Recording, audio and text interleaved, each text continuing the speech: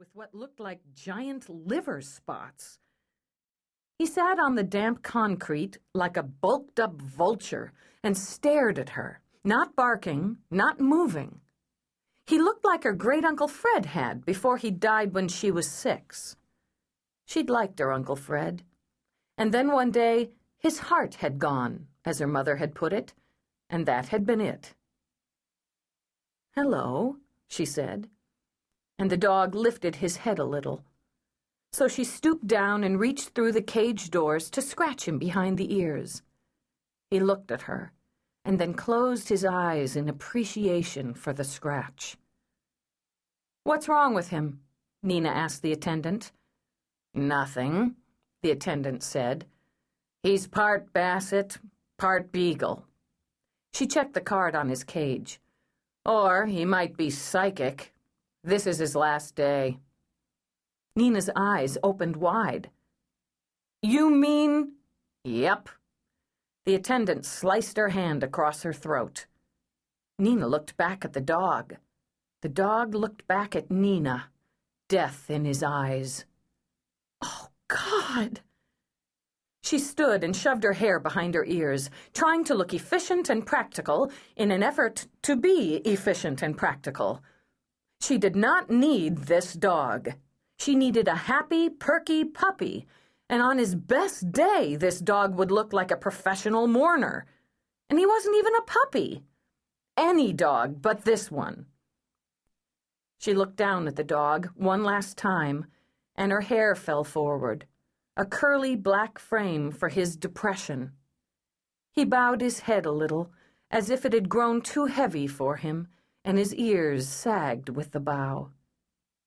She could not take this dog. He was too depressed. He was too big. He was too old. She took a step back, and he sighed and lay down, not expecting anything at all, resigned to the cold, hard floor and no one to love him and the certainty of death in the morning. At least, that was what Nina was sure he was resigned to. She couldn't stand it. She turned to the attendant and said, "I'll take him." The attendant raised an eyebrow. "That's your idea of perky?" Nina gestured to the puppies. "They'll all be adopted, right?" "Sure." Nina took one long last glance at the tumbling, chubby puppies. Prozac with 4 legs and a tail. Then she looked at the other dog. Depressed, alone, too old to be cute anymore if he ever had been. "I have a lot in common with this dog," she told the attendant.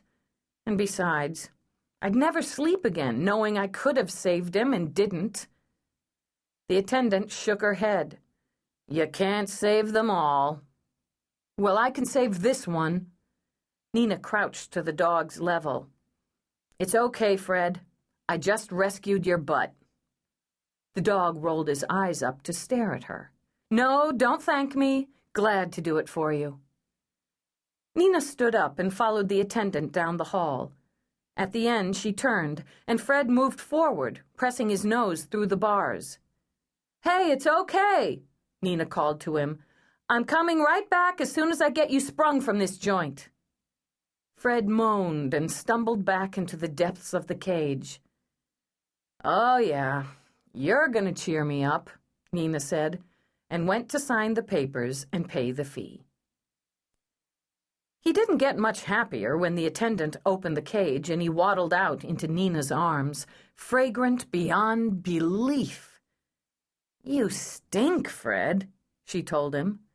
And then she picked him up and held him to her, telling herself that her silk suit was dry cleanable and that at least it was brown, and so was most of Fred, so the dog hair wouldn't show. He looked up at her, and she added, "And you weigh a ton."